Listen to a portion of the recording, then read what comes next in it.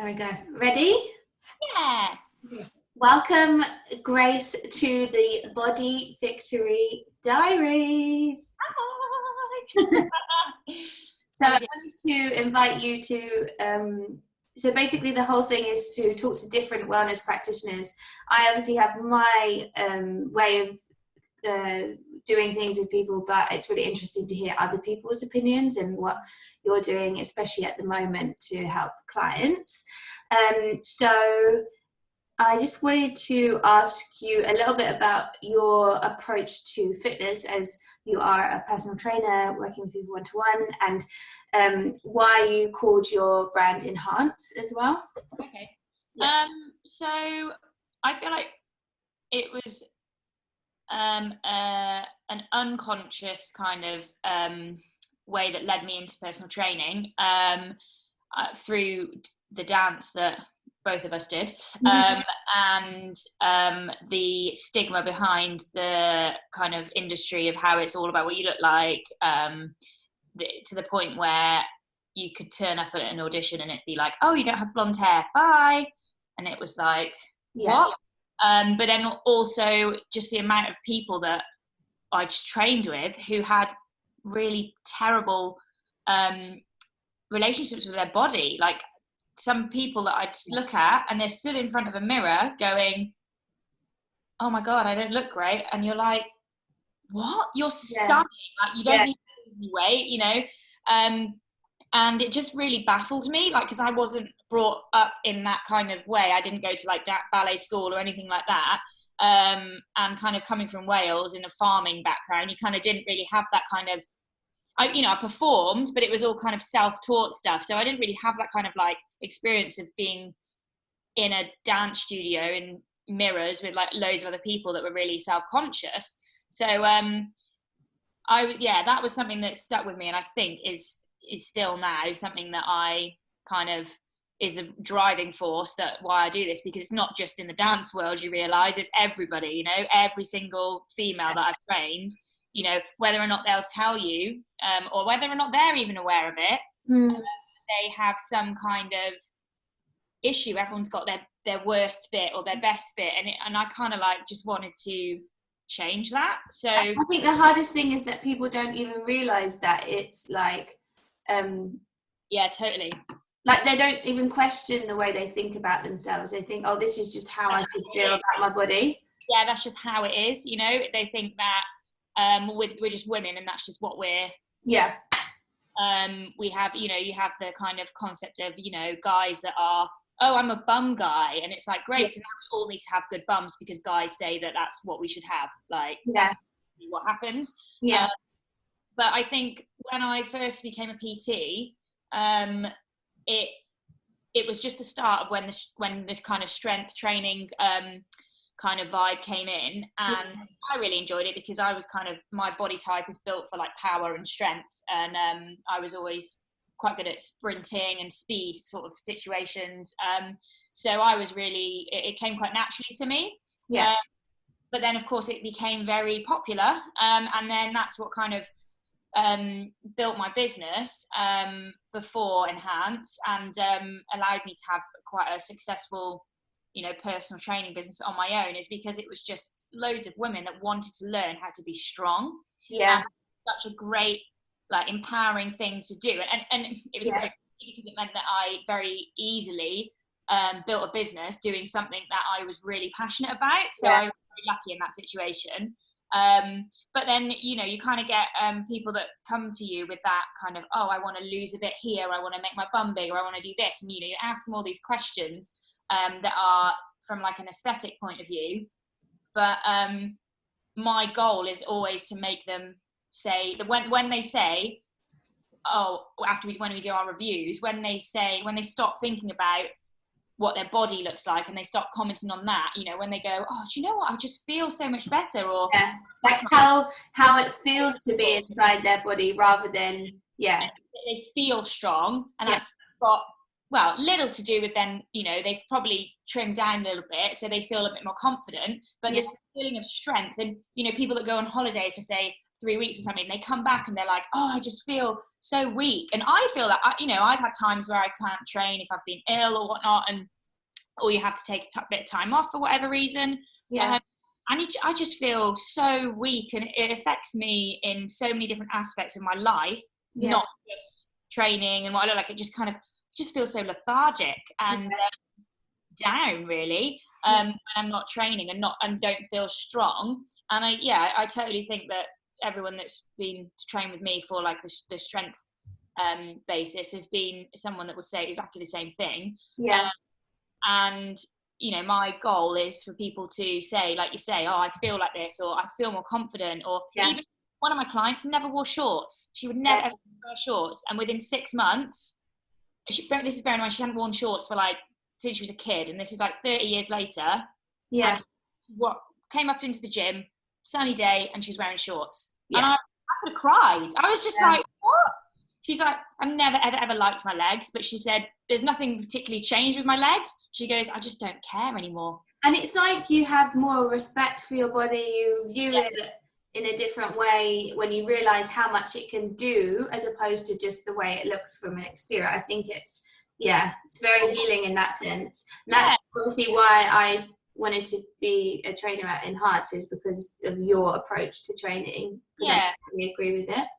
Yeah, and I think obviously coming from a female, that is very, you know, is a common concept. But I think what when me and Rob worked so well together is because he had those views as well. Being a man, he still had that same. So we, you know, we'd always be commenting on, you know, any female or female in the gym.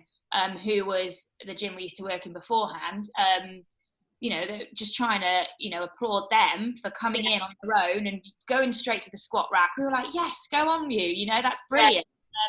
And you're enhancing them. It's like not trying to change people, it's enhancing what's already there. And that's exactly why we named the brand Enhance. So just like, we kind of, like you say, you don't want to change. You know, I'm the first person to say to my clients, like, oh God, you know, what did you do the weekend? I had a bit of a crazy one. That's what I learned from you. Like, it was okay for me as a trainer to be honest about that I'm not perfect as well. But then also, what is perfect? Perfect isn't a thing, you know. It exists. So exactly. What's perfect for me is being able to train, you know, 4 or 5 times a week. Don't get that most of the time. That would be a perfect week for me. But then also a perfect week for me is going out having a burger and having a couple of pints on the weekend, watching the football with my friends. Because it's what feels good. It's like nourishing different parts of you, isn't it? And if you're restricting your life so much so that you're not enjoying it, then you're not, you know, people can come for like a weight loss goal, but actually what's realistic for you to then continue the rest of your life, you know, kind of go, okay, cool, we can cut all alcohol out, all sugary things, all fatty foods. You can't have any pizza, no pasta. It's just going to be protein, veg, and a little bit of carbohydrates. Like, you can do that, fine. You'll lose the weight, but you won't maintain it, and you won't enjoy life. So it's kind of, we wanted to, like, that's why the word enhance was kind of like, right, let's look at your life, and enhance it so you're more active, you're happier, and you're eating a bit better and drinking a bit, you know. So at the moment, when obviously there's so much change happening, people are at home, so they're more likely to maybe eat a bit more or move less. What are you kind of telling your clients, or how are you supporting them at the moment? Well, firstly, everyone's been so supportive of the fact that we've got a small business, and it's amazing that people are still, you know, I say still paying, but still saying, you know, like, oh, if you need anything, it's amazing. But you know, I've had my clients, most of them, for 5 years now. So you know, they're like, what are you telling them in terms of, like, if they're at home, what can they do to stay sane? And well, they're still doing their online sessions, which is fantastic. But then what we've released is a online series of extra 30-minute classes. So, at the moment, we've got one every day, Monday to Thursday, different types of classes, which you obviously know about because you teach Yeah. one of so yeah, we've got like yoga, we've got a core class, a circuit class, and a mobility class. Yeah. Just 50 minutes, anyone can log on. It's free for all of our clients. Yeah. Just give them that like extra added value, you know, because you've got this time, right? So you might as well. Yeah. And like you said, it's, you know, people would spend 30 minutes a day probably getting to work, and then they would probably sit at a desk. So actually what we're trying to do is try and mimic that 30-minute commute that people usually have by doing 30 minutes of exercise. Yeah. So we actually thought we're gonna add 2 more classes. We're gonna add a Friday and a Saturday option as well, starting from Monday. Yeah. But I think it's just so important to do as much as you can, but then actually realize that you can do a lot with just a small space. Like, so many people have said to me, oh, I don't have any equipment, what am I going to do? Like, I don't have much room. And then I come online with everybody, and everybody's got the same distance, well, as you can see with me, from like, the sofa to the TV. Everybody has that distance, and that's all you need. Yes. It's a yoga mat. My client I just trained just now, she's a midwife working for me at NHS, and she doesn't have any equipment. She doesn't even have a yoga mat. Yeah. We just did a body weight circuit. It's just something a bit different. And she said to me before, she said, I've had such a busy week. She says, this is one of the last things I wanted to do. But she said, I know I need to do it because it's going to help me mentally. Yeah. It's going to help me not in 3 months be weak and tired and completely out of an exercise routine. And then at the end, she just said, it was just brilliant because she just got hot and sweaty.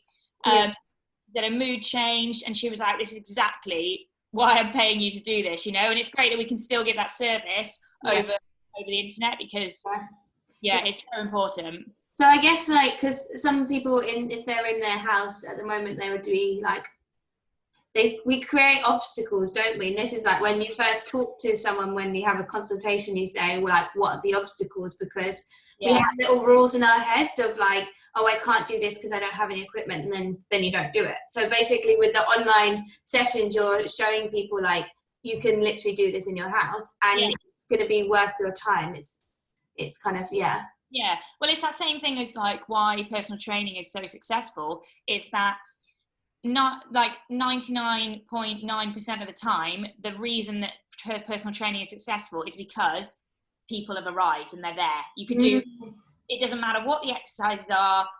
There's no like perfect exercise or something that's going to do this for this.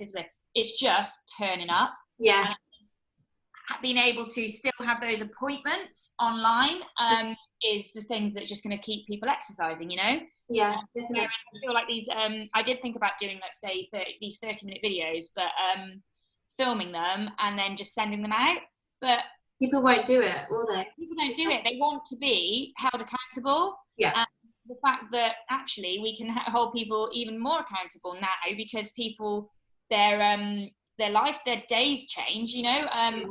I've got all my clients in the daytime really now, because people want a break from work. Yeah. Go back to work, you know. Everyone's at home. Craving movement, aren't you? Yeah. In a way. It's what else was I going to ask you? Okay, so this is more of a question for you personally. Like, was there a moment in your life that changed your relationship with your body? Or have you always had, you know? My thing was, when I was younger, I grew up in a farming family, and my parents we always had like meat, potatoes and veg, that kind of meal made up. So I was always used to kind of a good balanced diet. We had cakes and things, but you know, 9 times out of 10 it was my mum had baked it. She's a great cook and loves baking cakes and things like that. So we always had those sweet things, but we were only allowed like 1 a day, you know. So I had a really good upbringing in that sense of the kind of structure. But then I think when I came to uni, the activity levels went up, dancing for like however many hours a day. And then kind of that structure of kind of like, oh, I'm living on my own now, like, oh yeah, I'm gonna eat whatever I want. And yes, you're exercising more, but then I was eating a lot more. Then the second the 3 years were over, I was still eating the same amount and not exercising enough. Yeah. So we all kind of have those times, don't we? Like yeah. everybody does, where you're like, you need to reassess basically. Yeah, it's just change, isn't it? And you've just got to, yeah, like you say, reassess your situation and go, right, well, I'm eating this much because I've trained my body to eat this much, because it's just what my portion size is. Yeah. But I'm not doing the output part of that, you know. So I gained a bit of weight, not a considerable amount, but gained a bit of weight, wasn't exercising as much. I felt really lethargic, and then was kind of like, all right, I'm going to do a PT course like soon. I'd got it all booked and that, and I was just like, what's happened? How have I got here from being like, I've always been in school playing football, netball, running, everything, you know, and it kind of, just after uni, it was kind of like, okay, well done, bye, see you, shut the doors, and then you're like, what? I can't dance all day long? What am I going to do, you know? Yeah. I think that was a big think what I quite like with your approach is what it seems is that you're not so judgmental of yourself. You're just kind of like, okay, I'm at this point, how do I change it now? Yeah. And I think sometimes a lot of us are so judgmental of ourselves and our bodies that we are in denial because it's just too much. There's so much self-judgment.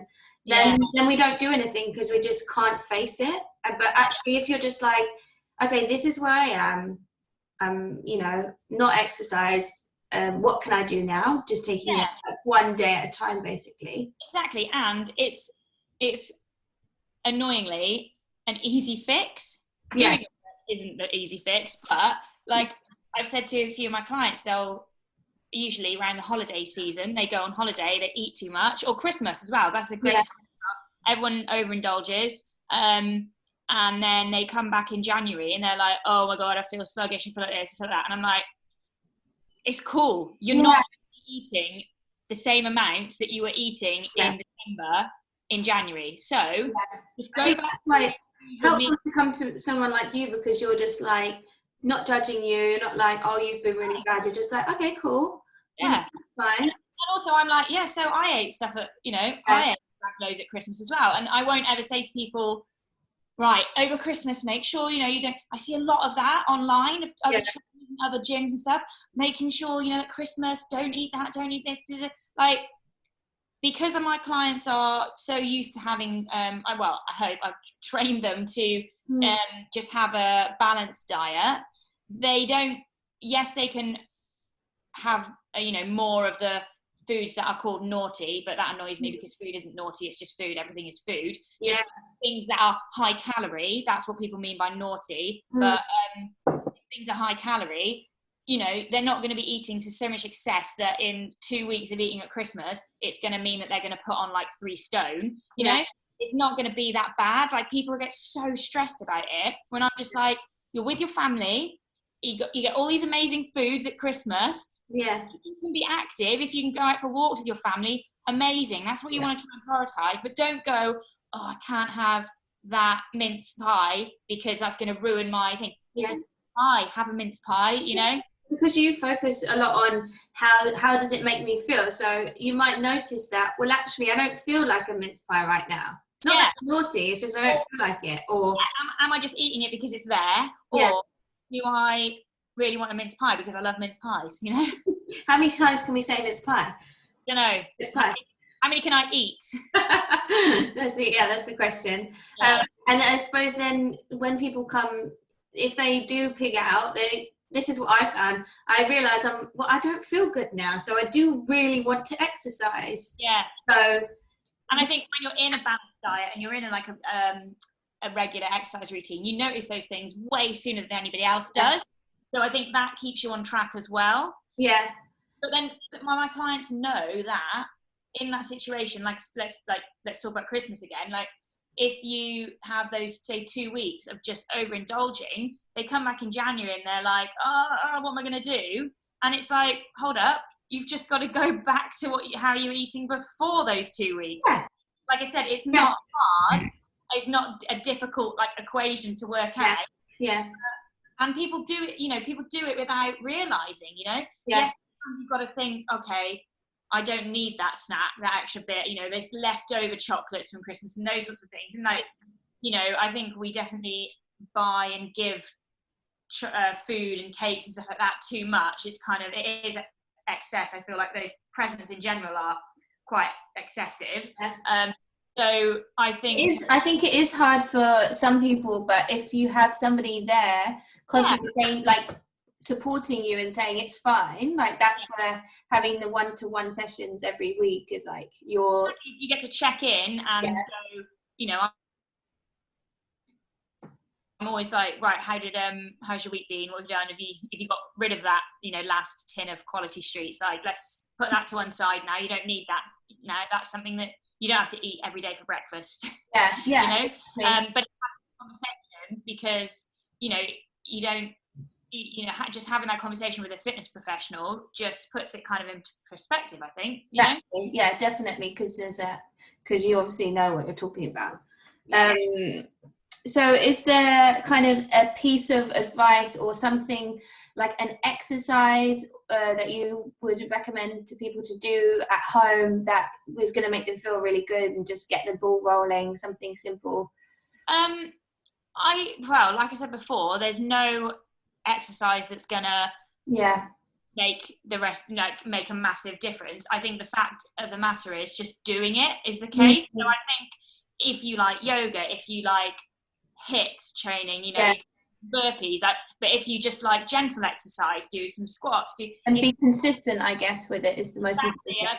And I feel like the main focus isn't the actual exercise you need to be doing. Do what you want to do. If you like dancing, put your favorite song on, dance for 5 minutes every day. But I think maybe setting some time aside. So every day, maybe have a timer on your phone of like, okay, 8 a.m. I'm going to do my 15 minutes of stretching that I like doing, and just having that time for yourself, but also for your body and your mind, you know. So with your online series that you're doing, you're teaching the circuit class, and that's obviously anybody can join that, right?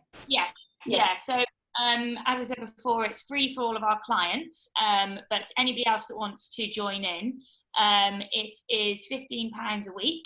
It was 4, but we'll have 6 classes now, so super cheap. But we're also this weekend going to release a monthly price, so you can join up for one whole month and get access to 16 class. Now we've got 6. Sorry, not 4. So loads and loads of classes. It works out at about £1 a class, and that's going to be £50 for the month. So and you can. You've got like all different levels of people in the class. Yeah.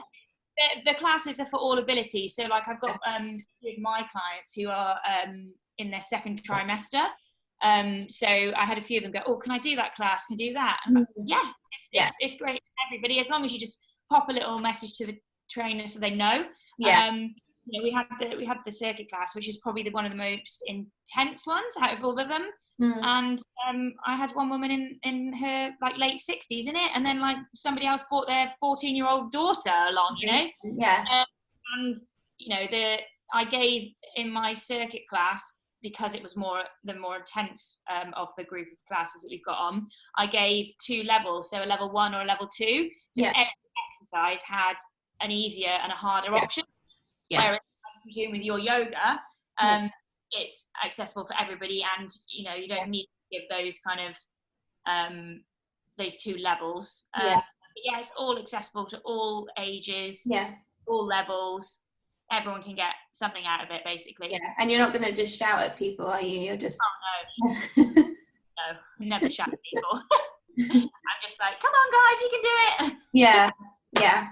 That sounds amazing. And motivate each other as well, you know. Because some of them know each other from passing each other in the studio. My clients are kind of, you know, it's not nice for them to be like, hey, how are you in this crazy time? Everyone's definitely craving that human connection in any form they can, can't they? And doing class, you know, makes a big difference. So you've got Monday is yoga with me, and then Tuesday is core with Steph. Right?